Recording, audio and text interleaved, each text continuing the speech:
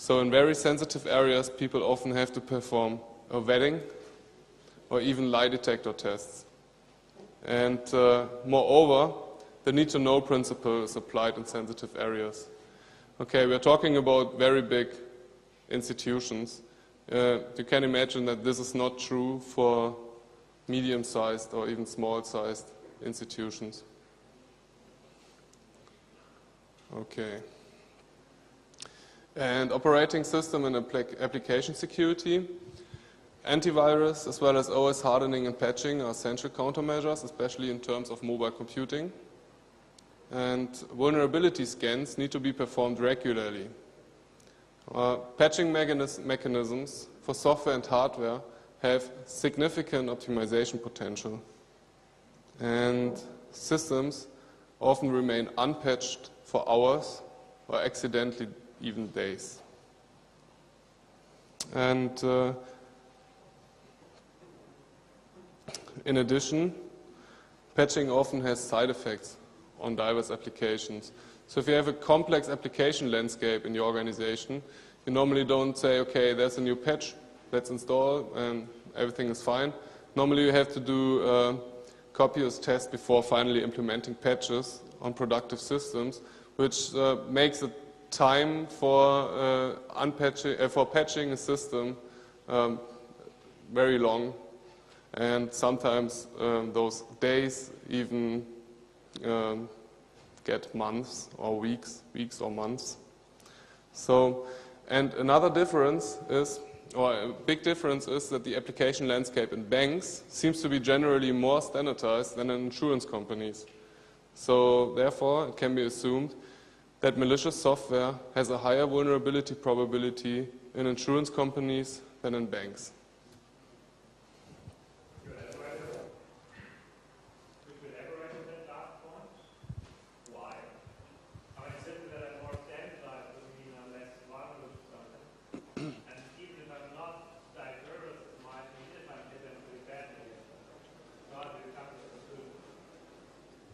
Okay, the question was why the probability is higher in insurance companies.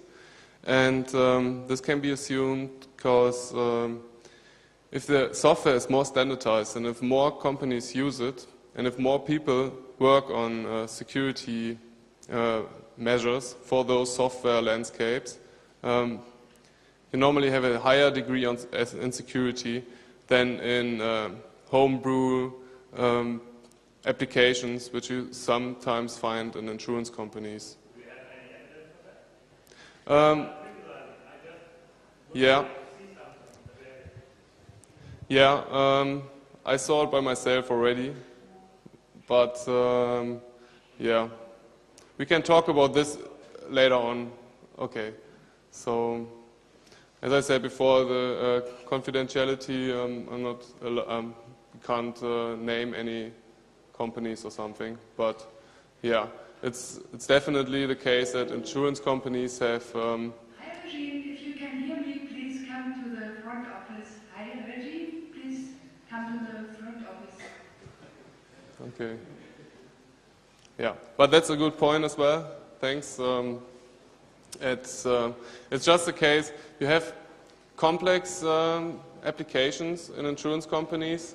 And those complex applications are sometimes well understood in the first time, but they are in use for about 20 or 30 years. The people who develop those software components are not in the company anymore. It's like a black box which just stands there and it just works. You put something in there to get an output and that's it. So this normally doesn't happen that much in banks, but it's often the case in insurance companies. Without naming any. No, just makes a difference if you say you've seen it once, or you have looked at 10 insurance companies, or you have looked at 20 insurance companies from The experts confirmed this. So they said just banks are, normally banks have standardized products in place. So, yeah. Is this, okay.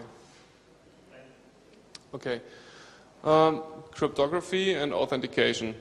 So there are still unencrypted protocols in place. And one expert said that they use Telnet for their system administration within the corporate network. So, yeah. And also, in some cases, cryptographic measures are incorrectly used or implemented. And this makes it potentially vulnerable to, for example, man-in-the-middle attacks. In terms of mobile computing, there's a backlog demand and encryption mechanisms of data stored in mobile devices and additional mediums. Moreover, computational constraints of mobile devices often force manufacturers to the implementation of insufficiently cryptographic measures.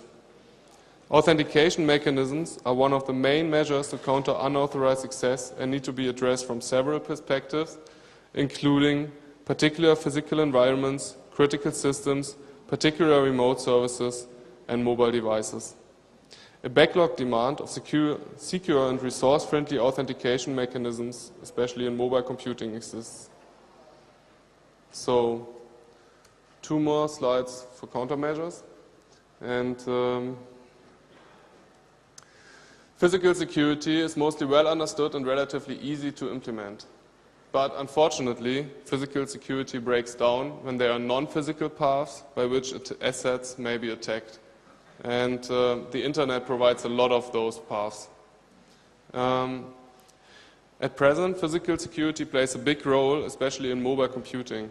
In sensitive areas, SALI ports with strong physical security, such as no-long-go zones, which ensure that one person cannot be in that area unattended, as well as strong authentication mechanisms are in place. But there are still areas remaining which could be protected much better.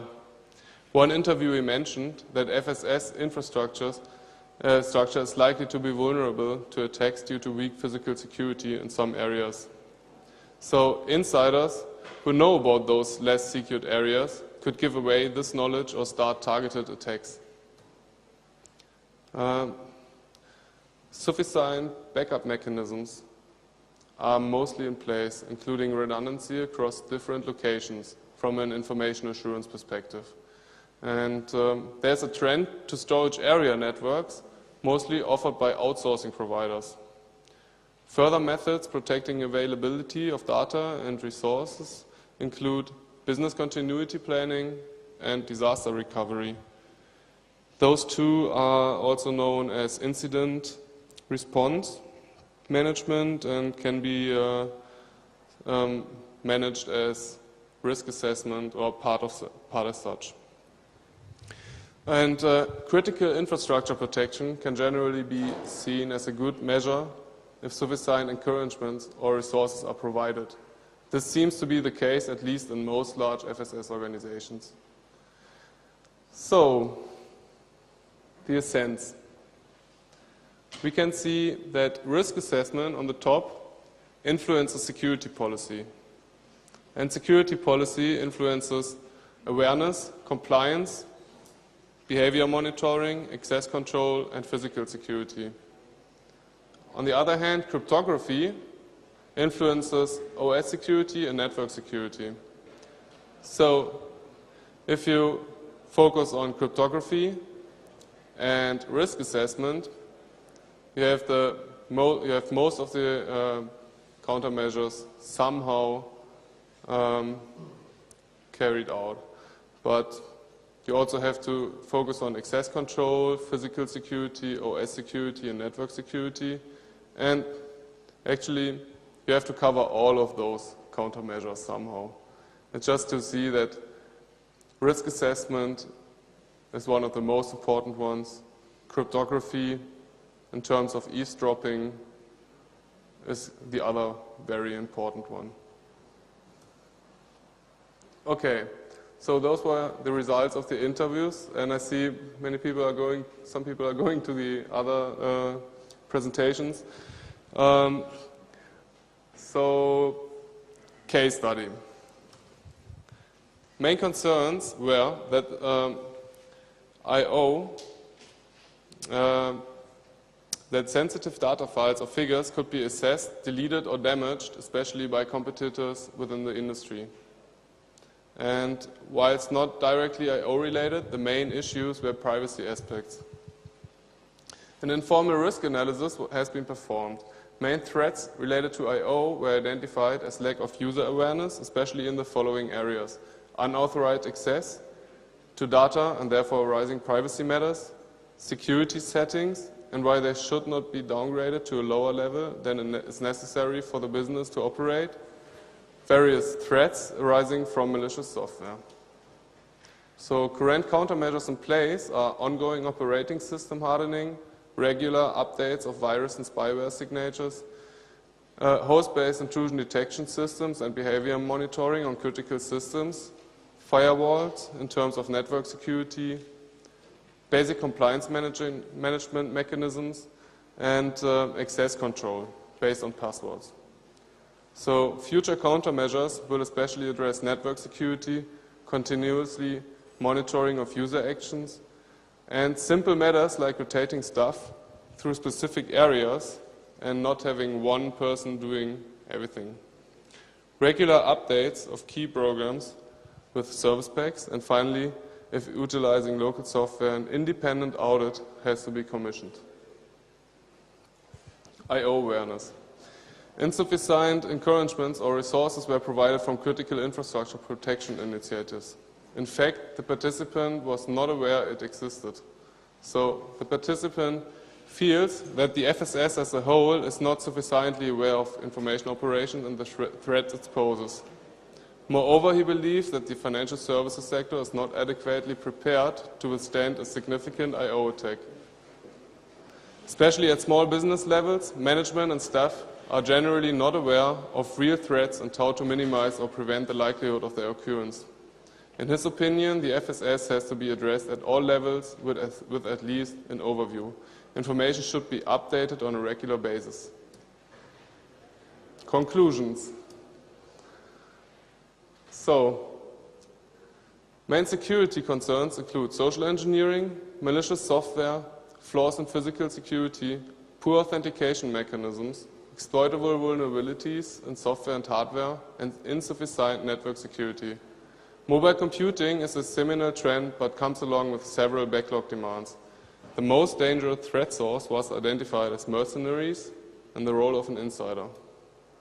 Main countermeasures taken by the FSS are risk assessment, security policies, access control, physical security, OS security, basic network security, and cryptography. The implementation depends mostly on the size of the organization and the money available for security measures. Awareness seminars and campaigns need to be conducted internally and externally on a regular basis, and critical infrastructure protection efforts need to be communicated frequently at all FSS levels. And finally, weaknesses. So threats against customer data need to be conducted across the whole FSS in connected service sectors and on the customer side. To counter insider threats, personal security and employee satisfaction must be exercised. Incident management needs to be performed on an FSS-wide basis. Information assurance and security policy compliance management need to be addressed more frequently. Patching mechanisms need to be optimized in many cases. Further backlog demands were identified in intrusion prevention systems and behavior monitoring capabilities. Physical security and access control require improvements. Cryptographic measures must be implemented within the whole FSS. And deceptive tactics and insurance policies should be considered as potentially good countermeasures. Finally, in general, information concerning specific organizational security issues in this area is pretty hard to obtain. However, it is apparent from the above that information operations directed against the financial services sector has the potential to cause significant harm at many levels: individual customer, financial institutions, national or even international. The threats in this area, which are increasing in frequency and sophistication, need to be taken seriously. Formal risk analysis need to be undertaken and appropriate countermeasures implemented.